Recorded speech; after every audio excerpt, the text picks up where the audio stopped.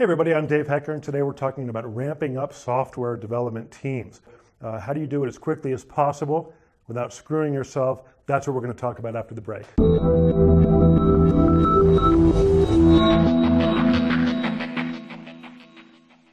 Here's a few things to keep in mind when you're ramping up your team. You want to start with a team lead, not just a good developer. It has to be at least a developer who can be a leader, who has communication skills, management skills, and knows how to build a team. Make sure that you're starting with that person. And then don't burden that person with having to manage a huge team that's completely fresh while they themselves are learning your project. Give them a little bit of time to ramp up. There's no way around it.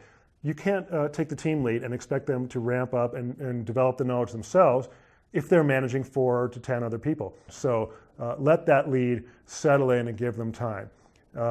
Here's another tip.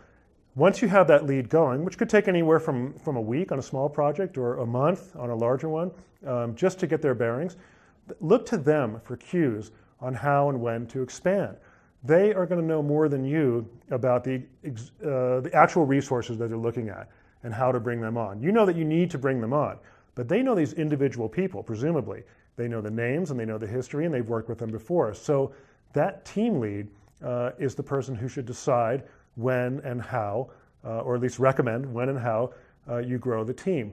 They understand the pecking order of the team. They understand if there's any kind of rivalries or bickering or history between developers. They know who manages who well and different personalities and what's needed. Follow their lead. Here's one more.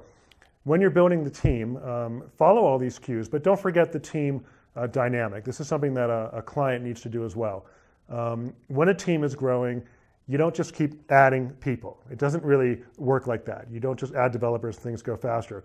Every time you add a developer, there's more overhead, more management. There's more personnel issues. There's more people trying to manage their own careers and they have agendas. There's more people with history and things like that. So as the team grows up, you're going to get exposed to this more and more as a client.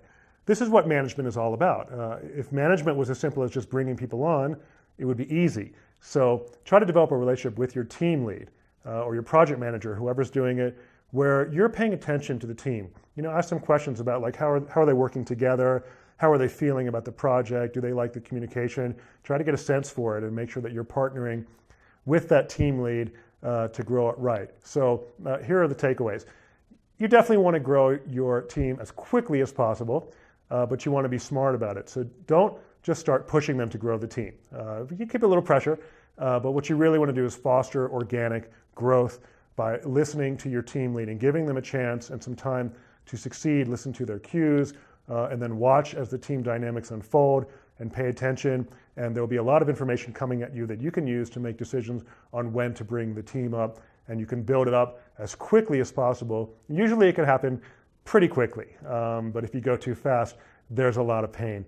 Give us a call if you need any help with it. Best of luck on your next project.